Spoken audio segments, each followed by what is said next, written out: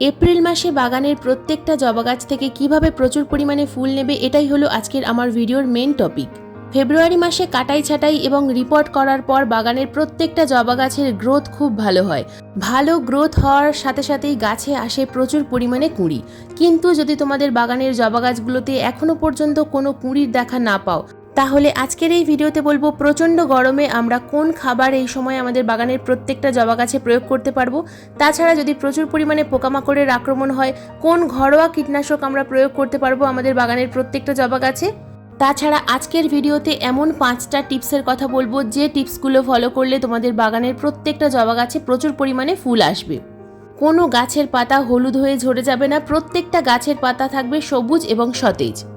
আজকের ভিডিওতে যে কটা পরিচর্যার কথা বলবো এবং যে ফার্টিলাইজার প্রয়োগ করা দেখাবো, এগুলো আমরা কিন্তু আমাদের বাগানের হাইব্রিড জবা গাছেও প্রয়োগ করতে পারবো এবং দেশি জবা গাছেও প্রয়োগ করতে পারবো।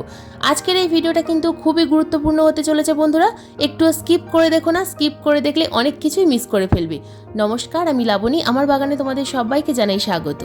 প্রচণ্ড গরমে বাগানের প্রত্যেকটা জবা গাছকে সুস্থ রাখতে গেলে প্রথমেই বলবো পয়েন্ট নাম্বার 1।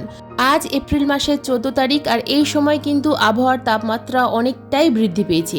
আবহাওয়ার তাপমাত্রা বৃদ্ধি পাওয়ার সাথে সাথে আমাদের বাগানের প্রত্যেকটা জবা গাছের পাতা কিন্তু হঠাৎ করেই হলুদ হয়ে যেতে শুরু করেছে। গাছের কুঁড়িগুলো হঠাৎ করেই হলুদ হয়ে ঝরে পড়ছে। আমরা সবাই জানি জবা হলো একটি গ্রীষ্মকালীন ফুলের গাছ, তাই আমরা কিন্তু আমাদের বাগানের প্রত্যেকটা জবা গাছকে ফুল সানলাইটের মধ্যেই রাখি। ফুল সানলাইটের মধ্যে রাখলে তবেই কিন্তু গাছের গ্রোথ ভালো হয় এবং গাছে প্রচুর পরিমাণে কুঁড়ি আসে। কিন্তু যখন আমাদের বাগানের জবা গাছগুলোর পাতা হলুদ হয়ে যাবে বা কুঁড়ি ঝরে পড়বে, সেই সময় থেকে আমরা কিন্তু আমাদের বাগানের প্রত্যেকটা জবা গাছকে এমন একটা জায়গায় রাখবো যেখানে দুপুরের অতিরিক্ত রোদ থাকে না। সকাল 6টা থেকে বেলা 10টা পর্যন্ত রোদ্দুর আসে এরকম জায়গায় রাখতে হবে, কিন্তু দুপুরবেলা গাছগুলোকে ছায়ায় রাখতে হবে। সব থেকে ভালো হয় যদি বাগানের প্রত্যেকটা জবা গাছকে এই সময় গ্রিন নেটের ছায়ায় রাখা যায়। গ্রিন নেটের ছায়াতে রাখলে গাছগুলো সকালবেলার হালকা আলো পাবে, কিন্তু দুপুরের অতিরিক্ত রোদ্দুর থেকে বাঁচবে। অতিরিক্ত রোদ্দুরে আমাদের টবের মাটি একেবারে শুকিয়ে যাচ্ছে, যার ফলে গাছের পাতা হলুদ হয়ে যাচ্ছে এবং গাছের কুঁড়িগুলো হলুদ হয়ে ঝরে পড়ছে। এগুলো কিন্তু স্ট্রেসের কারণে হয়। পয়েন্ট নাম্বার 2, বাগানের প্রত্যেকটা জবা গাছে একবার ফুল ফুটে যাওয়ার পর দ্বিতীয় দিন আমাদের কিন্তু সেই ফুলগুলোকে, বাসি ফুলগুলোকে তুলে ফেলে দিতে হবে। নিজে থেকে ঝরে গেলেও বৃন্তগুলো অনেক সময় গাছে থেকে যায়, তো সেই বৃন্তগুলোকেও কিন্তু তুলে কেটে ফেলে দিতে হবে। বাসি ফুল থাকলে কিন্তু গাছে কুঁড়ি আসতে চায় না, তাই এই কাজটা কিন্তু আমাদের অবশ্যই করতে হবে। গ্রিন নেটের নিচে যদি রাখা সম্ভব না হয়, সেক্ষেত্রে বাগানের জবা গাছগুলোতে কিন্তু সকালবেলা এবং বিকালবেলা ঠান্ডা জলে স্প্রে করতে হবে। যদি দেখা যায় যে গাছের পাতা একটা দুটো হলুদ হয়ে ঝরে পড়ছে, তাহলে চিন্তার কোনো কারণ নেই। কিন্তু যদি দেখা যায় যে গাছের বেশিরভাগ পাতা হলুদ হয়ে ঝরে পড়ছে, সেক্ষেত্রে কিন্তু 1 লিটার জলে 2 গ্রাম হিউমিক অ্যাসিড এবং 2 গ্রাম এপসম সল্ট মিশিয়ে সেই জল প্রত্যেকটা টবের মিডিয়াতে প্রয়োগ করতে হবে প্রয়োজন মতো। 10 দিন অন্তর অন্তর যদি প্রয়োগ করতে পারো, বাগানের জবা গাছগুলো কিন্তু সবুজ থাকবে এবং সতেজ থাকবে। তাছাড়া তোমরা গাছের পাতায়ও কিন্তু এপসম সল্ট স্প্রে করতে পারো। পয়েন্ট নাম্বার 3, বন্ধুরা, টবের মিডিয়াতে যদি প্রচুর পরিমাণে আগাছা থাকে, সেই আগাছাগুলোকে কিন্তু তুলে ফেলতে হবে। টবের মাটি 15 দিন অন্তর অন্তর খুশে দিতে হবে। প্রয়োজন হলে মালচিং করতে হবে।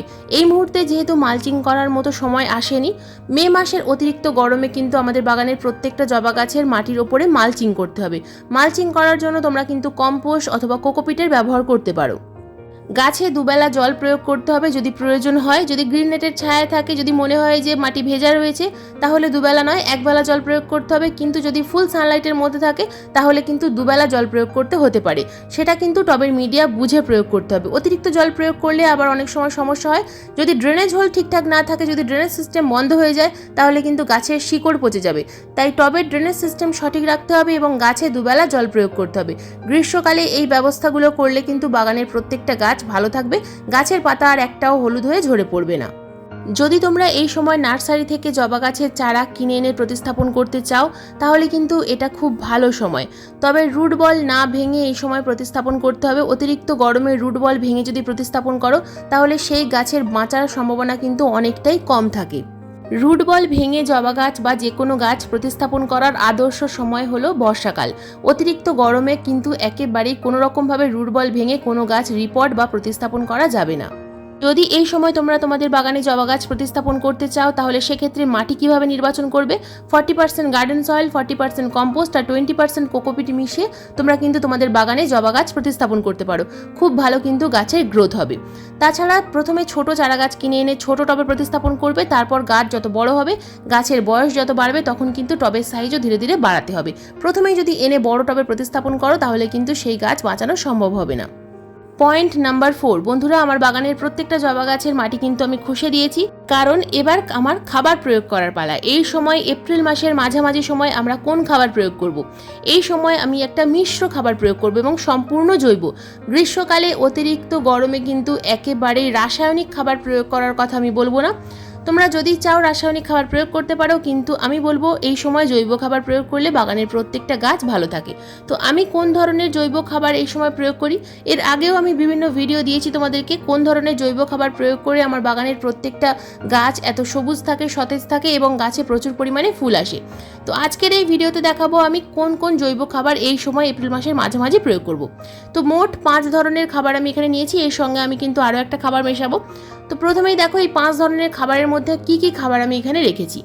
প্রথমেই রেখেছি আমি ক্যালসিয়াম সমৃদ্ধ খাবার, তারপর রেখেছি পটাশিয়াম ফসফরাস সমৃদ্ধ খাবার। টবের মাটিতে যেন কোনো রকমভাবে পিঁপড়ে বা নিমাটোডের আক্রমণ না হয় তার জন্য খাবার রেখেছি। টবের মাটিকে অ্যাসিডিক করার জন্য খাবার রেখেছি এবং সম্পূর্ণ জৈব ফাঙ্গিসাইড রেখেছি। তো প্রথমেই যে খাবারটা রেখেছি সেটা হলো এখানে চকের গুঁড়ো। ক্যালসিয়াম সমৃদ্ধ খাবার হলো এই চকের গুঁড়ো। চকের গুঁড়ো যেটা ব্ল্যাকবোর্ডে লেখা হয় সেই চকের গুঁড়ো। এখানে 2টো চকের গুঁড়ো আমি রেখেছি, কারণ আমার বাগানে অনেকগুলো গাছ আছে, তো এখানে আমি 2টো চকের গুঁড়ো রেখেছি। একটা 20 ইঞ্চি টবের জন্য একটা চকের গুঁড়ো ব্যবহার করতে হবে, আর যদি 10 ইঞ্চি সাইজের টব হয় সেক্ষেত্রে অর্ধেক চকের গুঁড়ো ব্যবহার করতে হবে। যদি তোমরা চকের গুঁড়ো ব্যবহার করতে না চাও সেক্ষেত্রে এখানে হাড়ের গুঁড়ো ব্যবহার করতে পারো 2 চামচ পরিমাণ টবের সাইজ অনুযায়ী, আর না হলে তোমরা কিন্তু এখানে ডিমের খোসার গুঁড়ো ব্যবহার করতে পারো ক্যালসিয়াম সমৃদ্ধ খাবার হিসাবে। তো এরপর রেখেছি জৈব ফাঙ্গিসাইড হলুদ গুঁড়ো। বন্ধুরা তোমরা এখানে কিন্তু ট্রাইকোডার্মা ভিরিডি নিতে পারো, যদি কোনো রকম কোনো রাসায়নিক খাবার না থাকে তাহলে তোমরা কিন্তু এখানে ট্রাইকোডার্মা ভিরিডি নিতে পারো। এরপর রেখেছি এখানে আমি 2 চামচ পরিমাণ নিমখোল, হাফ চামচ পরিমাণ রেখেছি হলুদ গুঁড়ো, 2 চামচ পরিমাণ নিমখোল।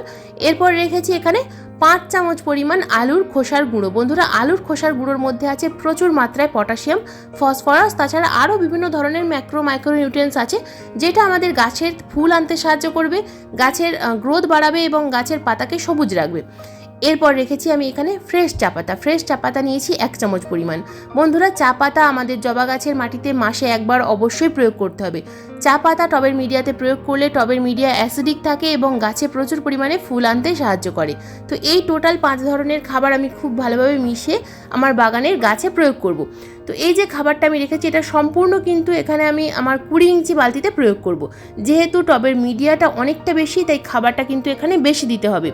যদি তোমরা 10 ইঞ্চি সাইজের টবে প্রয়োগ করতে পারো তাহলে সেক্ষেত্রে এই সম্পূর্ণ খাবারটা মিশিয়ে নেওয়ার পর এখান থেকে ঠিক অর্ধেকটা পরিমাণ একটা 10 ইঞ্চি টবে তোমরা প্রয়োগ করতে পারবে।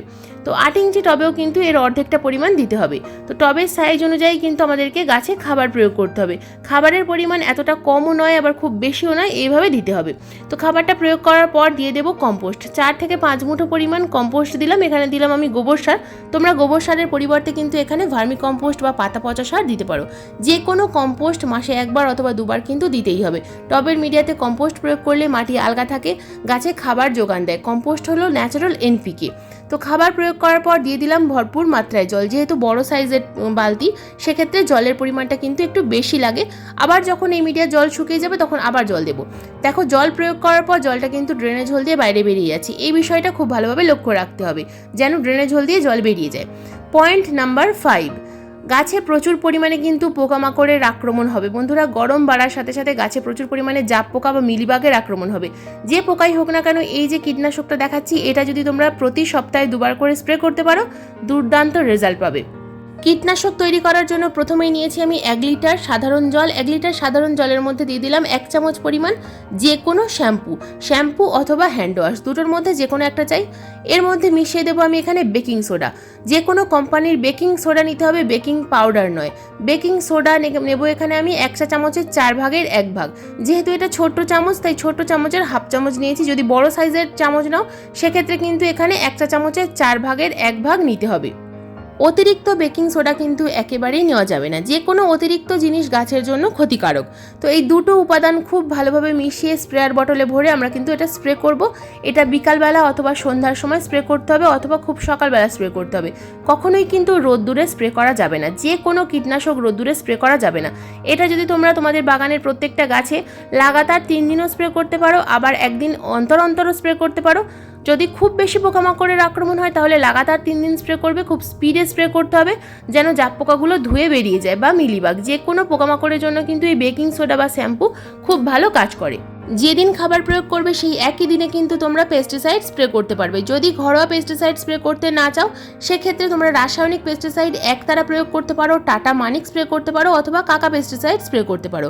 যে কোনো পেস্টিসাইড স্প্রে করার ঠিক 3 থেকে 4 দিন পর গাছে কিন্তু যে কোনো একটা মাইক্রোনিউট্রিয়েন্ট স্প্রে করবে। সব থেকে ভালো হয় এই সময় জৈব যে কোনো সিউইড লিকুইড গাছে যদি স্প্রে করতে পারো তাহলে আরও ভালো রেজাল্ট পাবে।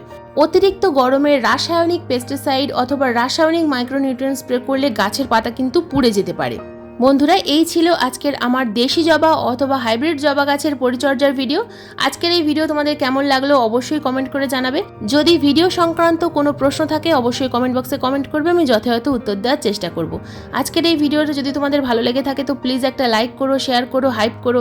চ্যানেলে নতুন বন্ধু হয়ে থাকলে চ্যানেলটাকে সাবস্ক্রাইব করে পাশে বেল আইকনটা প্রেস করে দিও এরকম নিত্য নতুন বাগান সংক্রান্ত ভিডিও দেখার জন্য। কারণ এইরকম নিত্য নতুন বাগান সংক্রান্ত ভিডিও আমি প্রতিদিন ঠিক সন্ধ্যা 6টার সময় আপলোড করি। ভিডিও আপলোড করার সঙ্গে সঙ্গে যখন এই ভিডিও লাইভ হবে তোমাদের মোবাইল স্ক্রিনে অথবা কম্পিউটার স্ক্রিনে ভিডিও নোটিফিকেশন পৌঁছে যাবে। আজকের এই ভিডিওটা সম্পূর্ণ মনোযোগ দিয়ে দেখার জন্য তোমাদের সবাইকে জানাই অসংখ্য অসংখ্য ধন্যবাদ।